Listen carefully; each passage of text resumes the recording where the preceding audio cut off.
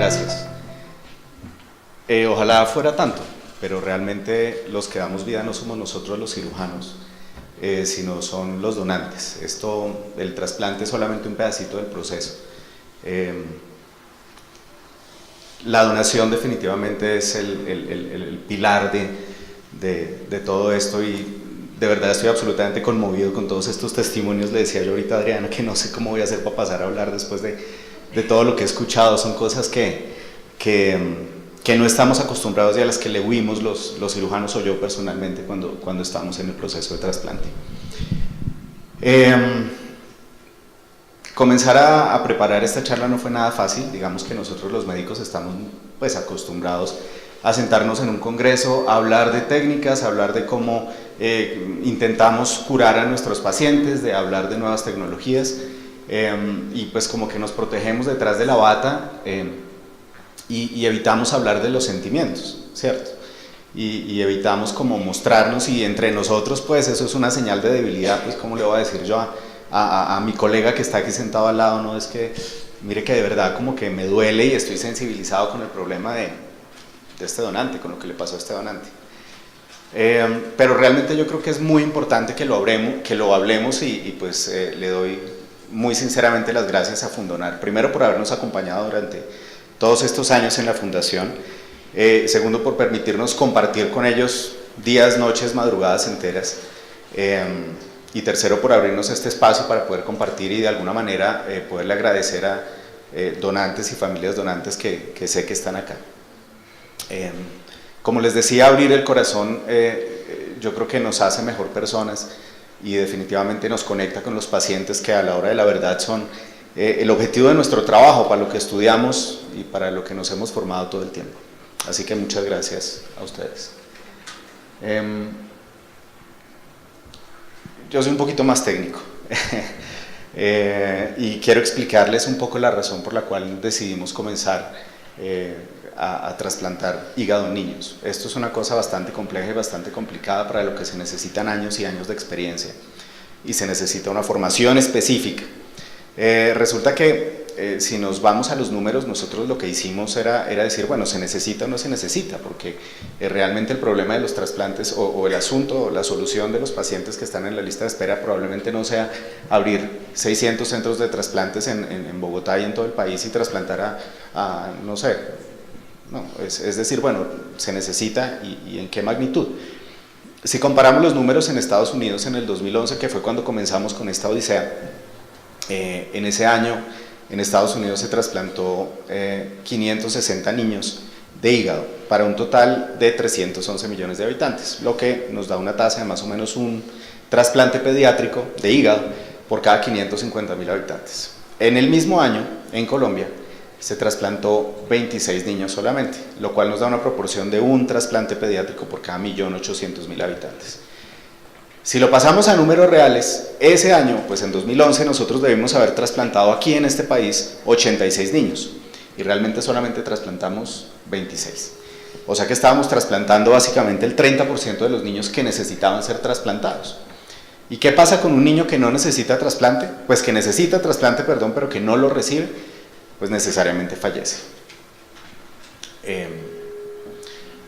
En ese momento la realidad nuestra a la que estábamos enfrentados era otra. Digamos, nosotros ya llevamos bastantes años de experiencia con trasplante hepático en adultos, trasplante renal, un programa muy fuerte de trasplante de riñón de niños.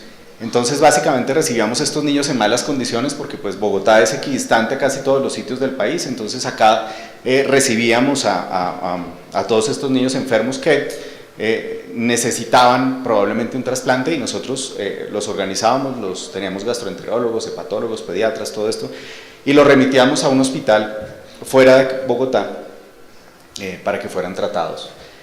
Y ahí es donde empiezan todas las cosas complicadas que conocemos, ¿no? Demoras administrativas, el niño se enferma, el niño no es remitible, el niño no puede llegar, y tuvimos casos supremamente tristes, pues, con niños que no pudieron llegar a este hospital, pues, a ser trasplantados. Y también teníamos situaciones de felicidad, pues, cuando veíamos a estos niños en los controles una vez eran trasplantados y pues llegaban en perfectas condiciones. Eso definitivamente nos motivó. Ver un niño enfermo de hígado es algo realmente triste. Esto dista bastante de pretender ser amarillista. Pero ver un niño enfermo del hígado, y así es como nos llegan todos, como ven aquí en esta imagen, es una cosa realmente conmovedora. Por su condición hepática, digamos, son niños que no crecen, son niños que tienen una desnutrición crónica, los alimentos, digamos, que no los pueden procesar, entonces pues no tienen cómo engordar, no tienen cómo crecer. El hígado se llena de líquido, eso nosotros los médicos lo conocemos como ascitis, se ponen amarillos, están en constante riesgo de sangrado y de muerte, de sangrado digestivo específicamente, y además la coagulación también les falla. Y además son niños que no se relacionan con el medio, o tienen una relación bastante distante con el medio porque tienen una condición neurológica en general que se llama encefalopatía. Entonces son niños que uno los ve y pues parecen ositos amarillos porque pues ellos realmente no conectan, no se ríen, son niños tristes. Y esto es duro, digamos, ver un niño así, realmente. ¿En qué estamos aquí en este momento? Me gustó mucho la frase tuya de que tenemos que ser positivos, entonces voy a tratar de ser lo más positivo posible con las cifras aquí en Colombia. Realmente el comportamiento, digamos que no por estar en Colombia, ¿esto tiene pointer? ¿Sí? Rojo, ok. Digamos que no por estar aquí en Colombia estamos muy mal y Colombia es el peor país del mundo y esto no, realmente no. Y en donación realmente se ha hecho un trabajo pero gigantesco, el Instituto Nacional de Salud y todas las coordinaciones regionales han hecho un trabajo gigantesco tratando de crecer el número de trasplantes y el número de donantes. Pero la realidad es que tanto el número de trasplantes, perdón, este amarillo, el número de trasplantes como el número de donantes se mantiene estable en el tiempo. Y eso es una realidad en el mundo entero, ¿sí? Como lo es también que el número de pacientes en lista de espera, que es esta línea en verde, cada vez aumenta más. Entonces tenemos una oferta muy baja para una demanda supremamente alta. Y eso es una realidad mundial, eso no solamente porque estemos aquí en Colombia. Y ahí es donde viene el trabajo de tratar de ser positivo. Nuestra tasa de donación es realmente baja y pues no nos ayuda. Según el reporte del año pasado del instituto, tenemos una tasa de donación de alrededor de 9 donantes por millón de habitantes. Si nosotros comparamos estas cifras con países líderes en donación y en trasplantes, pues ellos están alrededor en 35 a 40 donantes por millón de habitantes. Esto es un trabajo grandísimo, es un trabajo cultural, es un trabajo de educación, es un trabajo de hablar con nuestros pacientes, de sensibilizar al cuerpo médico, a los que estamos ahí frente a los potenciales donantes. Esto no es solamente esto no puede ser un trabajo aislado solamente de la red, sino que todos tenemos que estar comprometidos con esto. Además de esto, históricamente en Colombia ha habido una tasa de negativa familiar, diría yo, particularmente alta. El año pasado, según este mismo reporte, estábamos alrededor de 29% de negativa familiar. Pero digamos que estos números se han movido entre el 25 y el 47%. Para los niños, digamos esto para todos los pacientes que están esperando por un órgano, esto es pues muy malo porque pues no hay órganos para trasplantarlos y por tanto su posibilidad de vivir o de mejorar su calidad de vida se reduce. Pues para los niños es aún más difícil porque resulta que uno quiere tener un órgano, lo ideal sería para un niño poder ofrecerle un órgano completo, en el caso del hígado pues un órgano completo que le quede en esa barriguita, ¿cierto? Del mismo tamaño. Pero para eso tendríamos que tener donantes pediátricos.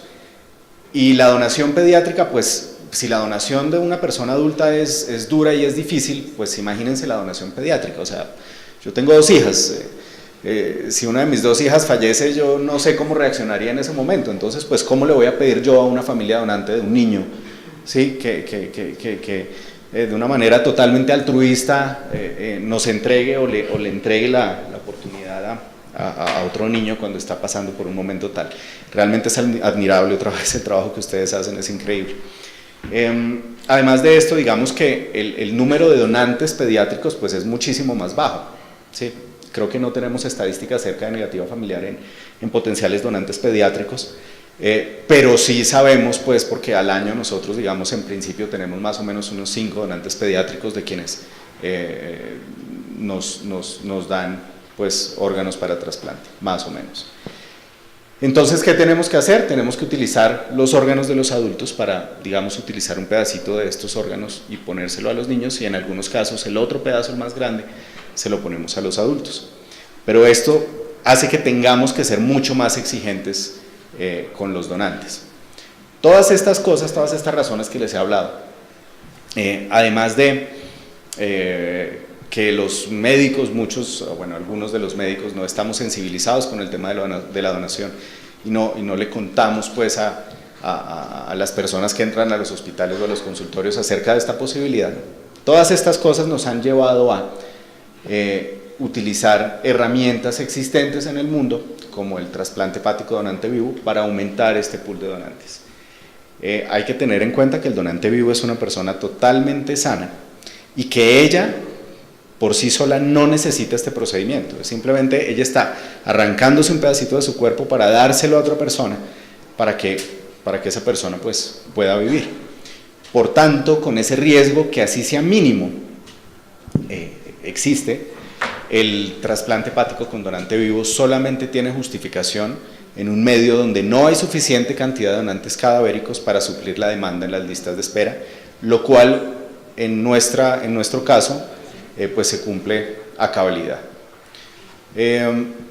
Esto no es solamente para mostrarles los números de lo que ha pasado históricamente en la fundación, es simplemente para que veamos la tendencia de la donación cadavérica para los niños. Estos son los niños que se han beneficiado de un trasplante hepático con donante cadavérico. Este es el número total de trasplantes pediátricos, es la línea violeta, y esta línea verde es la línea total de trasplantes hepáticos en adultos. Si se dan cuenta, esta curva de roja aumenta ligeramente cuando comenzamos el programa de trasplante pediátrico, pero se mantiene, no ha podido subir más. Afortunadamente estamos trasplantando niños que los necesitan gracias al donante vivo, pero lo ideal es que esta cifra, esta curva ascendente, pues fuera suplida de alguna manera por donantes cadavéricos si no tuviéramos que necesitar utilizar donantes vivos con fines de trasplante. ¿De dónde se trasplantan los niños? Pues de todo el país. Acá no trasplantamos solamente niños de Bogotá, si bien es cierto que es la mayoría, pues además es por pura simple pirámide poblacional. Tenemos niños de 18 departamentos y esto es exactamente lo que pasa en los otros 2 centros que trasplantan hígado en niños en Colombia. Trasplantamos de niños de todo el país y la gran mayoría de estos niños son niños que pertenecen a los estratos socioeconómicos del 0 al 3. Como podemos ver acá, la gran mayoría pertenecen al régimen contributivo, pero casi un cuarto de estos niños, el 26% de los niños, pertenecen al régimen subsidiado. Lo que quiero dar como mensaje es que el trasplante, la Red Nacional de Trasplantes, las instituciones, a pesar de que son privadas en general las que hacen trasplantes, pues son absolutamente incluyentes y no discriminamos de ninguna manera, ni siquiera, pues no, ni por los receptores ni por los donantes. Afortunadamente hemos visto unos casos en los que el trasplante ha cambiado vidas de las familias y ha cambiado formas de vida, calidad de vida, les ha permitido a los papás estudiar, conseguir trabajo, beneficiarse de subsidios del Estado. Realmente es una cosa que pareciera mágica. ¿Y para qué los trasplantamos? Uno cuando ve a un niño con una atresia de vías biliares, por ejemplo, que es la principal causa de trasplante en estos niños, en el momento que uno determina que un niño que tiene una atresia de vías biliares necesita un trasplante, pues desde el momento de ese diagnóstico, el niño casi que es 100% seguro que si no se trasplanta va a morir antes del año después. Entonces, realmente lo que hacemos con el trasplante es cambiar esa curva que iría en este sentido, ¿sí? A 0, a un 100% de mortalidad, a que más del 93% de los niños que trasplantamos estén vivos después de los 2 años incluso del trasplante. Pero estén vivos ¿cómo? ¿Cierto? Dice, no, pero ese niño entonces, el niño burbuja va a vivir en una burbuja de cristal y no lo vamos a tocar. No, estos niños pueden tener una vida absolutamente normal. Al año ya están tomando solamente un medicamento, que es una dosis muy baja de inmunosupresión. Y pues sí, tienen que venir a sus controles mensuales, pero pues de resto realmente tienen y pueden hacer absolutamente todo lo que quieran. Con el trabajo que hemos hecho, de mano por supuesto del Instituto Nacional de Salud y los hospitales que trabajamos en trasplante hepático pediátrico, logramos pasar este número del 30% a creer, pues porque todo esto son suposiciones, que estamos trasplantando más o menos al 70% de los niños que lo necesitan. Pasamos una proporción de trasplante de 1 en 1.800.000 niños a 1 en 800.000 trasplantes pediátricos, niños trasplantados. Esto ha sido claramente un trabajo duro. Hemos aumentado el número de trasplantes cadavéricos, pero pues definitivamente por ahora no podemos dejar de hacer el trasplante hepático con donante vivo, que es lo que quisiéramos llegar algún día. Seguimos buscando estos niños por toda la geografía nacional. Hacemos brigadas, vamos a las ciudades, hablamos con los pediatras nos llaman, los oncólogos nos llaman, los gastroenterólogos nos llaman. Queremos traer estos niños para que el porcentaje de los niños trasplantados sea el 100%. Estos niños tienen todo el derecho a estudiar y a llevar una vida total y absolutamente digna, como la tenemos nosotros los que estamos sentados acá. No queremos que estos niños nos lleguen así, no queremos verlos enfermos, no queremos verlos dormiditos todo el día, no queremos verlos barrigones, no queremos verlos amarillos. Queremos que estén sanos, queremos verlos así, como esta chiquita que fue trasplantada hace más o menos año y medio. Esto fue el Halloween del año pasado. Queremos que sonrían, que compartan, que caminen, que corran, que hagan diabluras. Realmente esa es la magia de la donación y el trasplante. Esta pareja de niños que están acá no son hermanitos, bueno, son hermanitos de hígado, porque los dos comparten el hígado del mismo donante, un donante cadavérico que en esta chiquita recibió el pedacito más chiquito del hígado, y este muchacho que cuando lo trasplantamos tenía 13 años y ya es papá adolescente, pero al menos cumplió la mayoría de edad para ser papá. Uno se vuelve como el papá de ellos también, entonces. Pero esta diapositiva es importante y es interesante porque pues él puede ser papá, él es un niño trasplantado y él puede ser papá, ¿cierto? Y las niñas trasplantadas, la niña anterior y esta chiquita van a poder ser mamás si eso es lo que quieren. La idea es que hagan lo que quieran ser y que creen sueños y que construyan sueños y que logren hacerlos realidad. Este chiquito vive en la costa también, en un pueblo por allá perdido, y duró como 4 años para buscar el trasplante. Lo trasplantamos en muy malas condiciones, pero pues miren esa sonrisa definitivamente lo paga todo. Y así es, los donantes que estén acá, de verdad que estas sonrisas son el mayor agradecimiento, mis respetos reales y sinceros, porque con la decisión que ustedes tomaron en ese momento tan difícil es que han logrado esto. Estoy conmovido realmente. Esta vez también es del año pasado, no las tomé para acá, sino eran del año pasado. Esto es lo que crea la donación crea vida, la donación da vida, y a nosotros, yo estoy muy agradecido con toda la red y con ustedes los coordinadores y con los donantes otra vez, porque a nosotros nos ha permitido también ser mejores personas y nos ha permitido encontrar en estos pacientes como sentido y valor a nuestras vidas. Por eso realmente muchas gracias, los niños se los agradecen a todos ustedes que están comprometidos con esta causa, y pues bueno, yo también se los agradezco. Muchas gracias.